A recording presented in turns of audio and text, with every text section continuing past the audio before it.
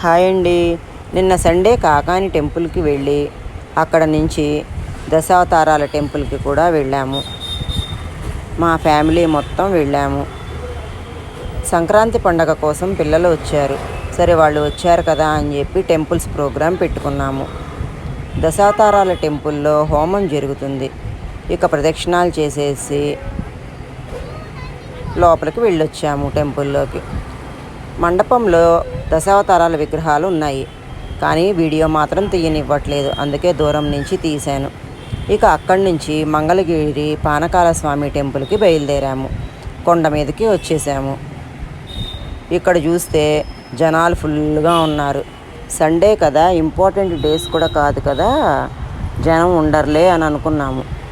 అంటే ఉండరు అంటే అసలు ఉండరు అని కాదు, ఎక్కువ జనం ఉండరులే అని అనుకున్నాం. కానీ చాలామంది జనం ఉన్నారు. మనలాగా ఆలోచించే వాళ్ళు చాలామంది ఉంటారు కదా, సండే అయితే ఫ్రీగా ఉంటుంది అని. కానీ ఇంపార్టెంట్ డే కాకపోయినా కూడా సండే కదా, ఫుల్ జనం ఉన్నారు. చూడండి ఎంతమంది ఉన్నారు. కొండ మీద నుంచి వ్యూ చూడండి ఎంత బాగుందో, చాలా బాగుంది. ఎండ మాత్రం ఫుల్గా ఉంది.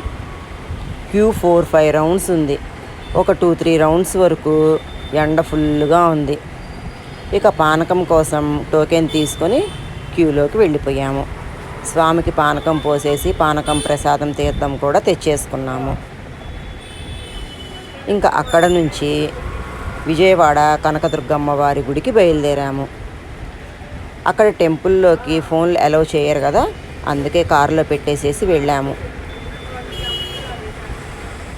అక్కడ పిక్స్ కూడా దిగలేదు, వీడియో కూడా లేదు. ఇంకా అక్కడ నుంచి ఫుడ్ కోసం డిలైట్ దాబాకి తీసుకువెళ్ళారు మా పిల్లలు. అక్కడ నొలక మంచాలు, మధ్యలో ఒక చెక్క పెట్టి కూర్చోడానికి డైనింగ్ టేబుల్ లాగా చెక్క. సరేలే ఇదేదో బాగుంది సరదాగా అని చెప్పి కూర్చున్నాం మంచం మీద, అటువైపు ఇటువైపు.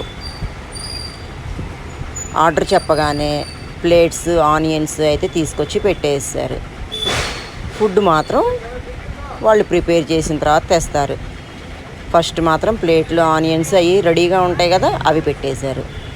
ఇక మేము చెప్పిన ఆర్డరు ఫస్ట్ రోటీస్ తెచ్చేసారు, తర్వాత కర్రీస్ తీసుకొచ్చారు.